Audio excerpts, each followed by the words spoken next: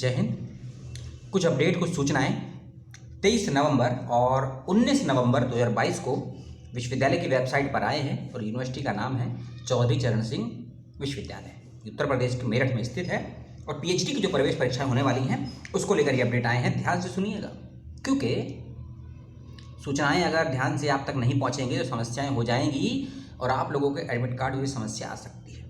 तो समस्याएं ना आए, और अगर समस्याएं हैं इस प्रकार की, तो वीडियो को लास्ट तक देखिए। आपकी सभी समस्याओं का समाधान इस एक वीडियो में हो जाएगा। जैसे कि किन बच्चों का एडमिट कार्ड आएगा और किन का नहीं आएगा, किन बच्चों को प्रवेश परीक्षा देनी है और किन को प्रवेश परीक्षा से छूट दी गई है, और यदि आपने अभी नेट पास किया, क्योंकि अभी नेट का रिजल्ट आया है ना 2 हफ्ते पहले, तो यदि आपने नेट पास किया है तो उसका क्या बेनिफिट होगा और क्या नुकसान होगा, ये भी आपको बताएंगे। और प्रवेश परीक्षा का दिन तो आपको मालूम है, और प्रवेश परीक्षा का समय आपको, और प्रवेश परीक्षा का स्थान ये कैसे मालूम चलेगा, ये भी आपको बताएंगे। और आपने यदि एमफिल करा है तो उसका क्या बेनिफिट है, और यदि आपने चौधरी चरण सिंह यूनिवर्सिटी से एमफिल किया है तो उसका क्या बेनिफिट होगा, ये सारे सवालों के जवाब आपको मिलेंगे इस एकमात्र वीडियो में। यदि आपके पास भी ऐसा कोई सवाल या इससे हटकर कुछ सवाल है तो कमेंट बॉक्स में डाल दीजिएगा, ठीक है। चलिए, सबसे पहली बात, डिस्क्रिप्शन बॉक्स में जो भी आपको पीडीएफ फाइल के, वेबसाइट के या अन्य लिंक दिए जाएंगे उनको जरूर क्रॉस चेक कर लीजिएगा, नहीं तो समस्याएं हो सकती हैं आप लोगों को जिनको प्रवेश परीक्षा देनी है या जिन्होंने आवेदन किया है। एडमिट कार्ड को डाउनलोड करने का बड़ा ही सिंपल तरीका है। जो भी लिंक आपको दिया गया है उसको जाके क्लिक कर दीजिएगा, अपना ईमेल आईडी डालिएगा और उस ईमेल आईडी को डालना है आपको जो आपने एप्लीकेशन फॉर्म भरते वक्त में फिलअप किया था, यानी कि एंटर किया था।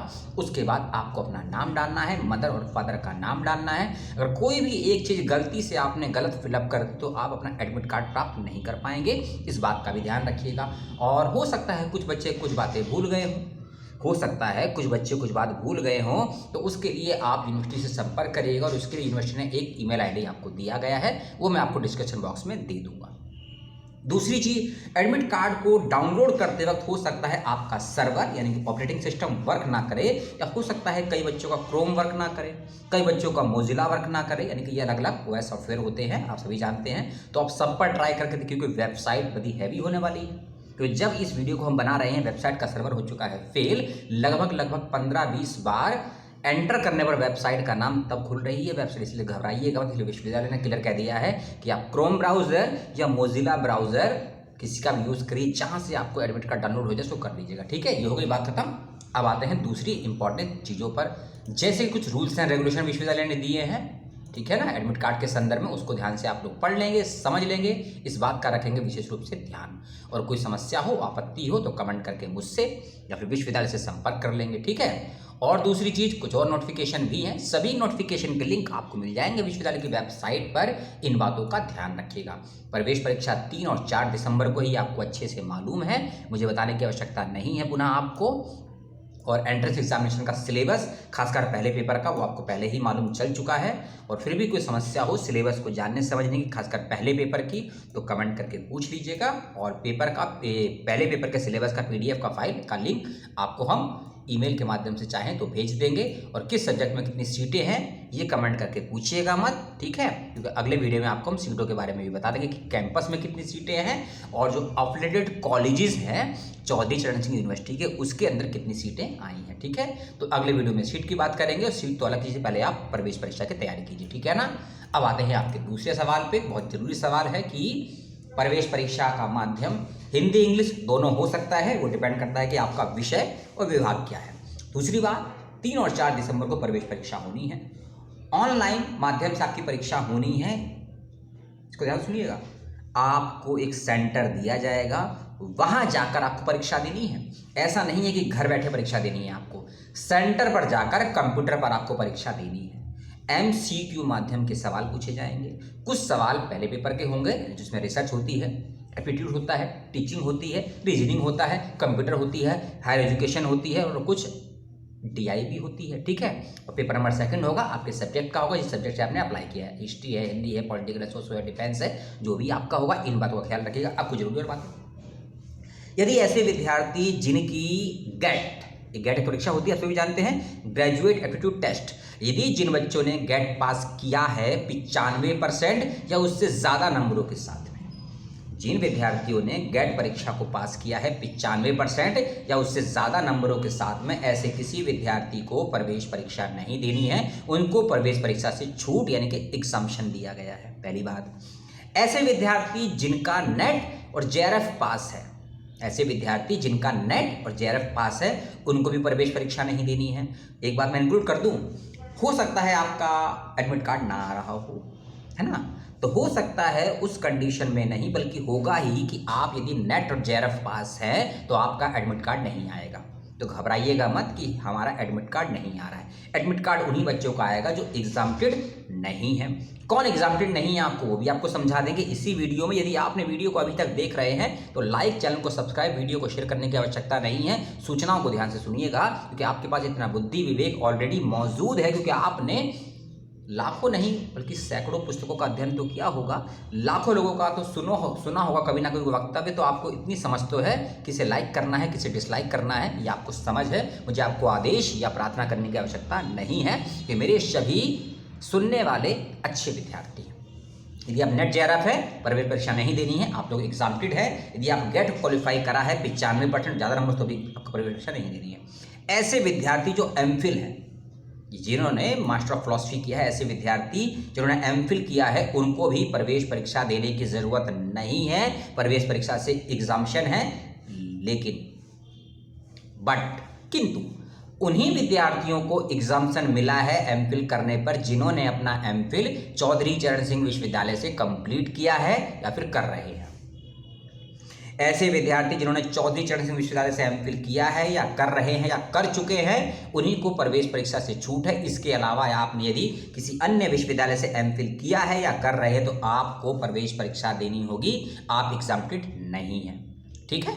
एक और बात, जैसे मैंने आपको बताया कि लगभग 2 हफ्ते पहले या 3 हफ्ते मान लीजिए यूजीसी नेट की परीक्षाओं का रिजल्ट आया है ना, CSIR का भी रिजल्ट आया है और ICAR का भी रिजल्ट आया। यदि जिन विद्यार्थियों का ICAR, CSIR या फिर UGC नेट या जेआरएफ पास हुआ है, अभी जो 2 हफ्ते रिजल्ट आया है, और आपके पास उसका कोई प्रूफ, कोई प्रमाण पत्र है, सर्टिफिकेट है, मार्कशीट है, स्क्रीनशॉट है, तो भी आपको प्रवेश परीक्षा से छूट मिलेगी।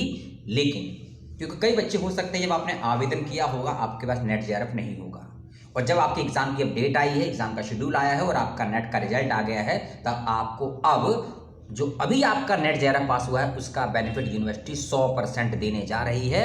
नोटिफिकेशन में इस बात को क्लियर कट मेंशन कर दिया है। ठीक है, मैं पढ़ देता हूं। इसमें लिखा है, क्या लिखा है इसमें? ऐसे लिखा है कि ऐसे अभ्यर्थी जो पीएचडी प्रवेश परीक्षा का आवेदन करते समय नेट जेआरएफ उत्तीर्ण नहीं थे, ऐसे विद्यार्थी जो पीएचडी का आवेदन करते समय नेट जेआरएफ उत्तीर्ण नहीं थे, किंतु लेकिन उन्होंने अब नेट जेआरएफ उत्तीर्ण कर लिया है, उनको भी पीएचडी प्रवेश परीक्षा से छूट प्राप्त होगी। 23 नवंबर यानी कि आज की डेट का ये नोटिफिकेशन है। लिंक आपको मिल जाएगा डिस्क्रिप्शन बॉक्स में। इस नोटिफिकेशन को ध्यान से संभाल कर रखिएगा, क्योंकि अगर यूनिवर्सिटी कहे कि आपको तो एग्जाम्पशन हमने दिया नहीं, आपका नेट जेआरएफ नहीं था आवेदन करते वक्त, आप कैसे क्लेम कर सकते हैं, तो आप यूनिवर्सिटी को सुप्रीम कोर्ट में चैलेंज कर सकते हैं कि सर आपने ही ये नोटिफिकेशन सर्कुलर विज्ञप्ति जारी की थी 23 नवंबर 2022 की डेट में, आपको हेल्प करेगा।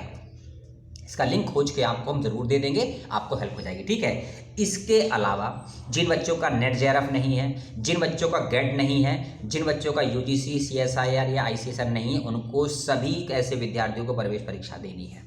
एक और बात, कई बच्चों का हो सकता है ICSSR हो, कई बच्चों का ICPR हो, कई बच्चों का ICHR जेआरएफ नेट हो, उन किसी को एग्जाम्पशन नहीं है प्रवेश परीक्षा से। ऐसे विद्यार्थी भी होंगे जिन बच्चों का MNF है, कुछ बच्चों का RJNF है, तो उन बच्चों को भी एग्जाम्पशन नहीं है प्रवेश परीक्षा में। इन बातों का ध्यान रखिएगा। और हम आपसे ये बात कर रहे थे इतनी सरलता से, सभ्य तरीके से, शायद इस सभी का संबंध चौधरी चरण सिंह विश्वविद्यालय की 21 और 22 के सेशन की प्रवेश परीक्षाओं से है। और 3 और 4 दिसंबर को होने वाली है प्रवेश परीक्षा। और कमेंट करके बताएंगे कि 1 दिसंबर को कौन सा दिवस है और 6 दिसंबर को इतिहास की कौन सी घटना घटी थी जिसका संबंध उत्तर प्रदेश से था। तो इसी सवाल के साथ आपको छोड़ जाते हैं हमको जवाब दे दीजिएगा यदि आपके पास हो। और आपके पास यदि कोई सवाल है, कोई सुझाव है, कोई जिज्ञासा है, कोई डाउट है, कोई कन्फ्यूज़न है, कोई कॉन्फ्लिक्ट है आपके दिमाग में, कमेंट करके पूछ लीजिएगा। और अब आपको तय करना है, वीडियो को लाइक करना है, डिसलाइक करना है, चैनल को सब्सक्राइब करना है, अनसब्सक्राइब करना है, जो भी करना है अपनी बुद्धि विवेक का प्रयोग करते हुए कीजिएगा।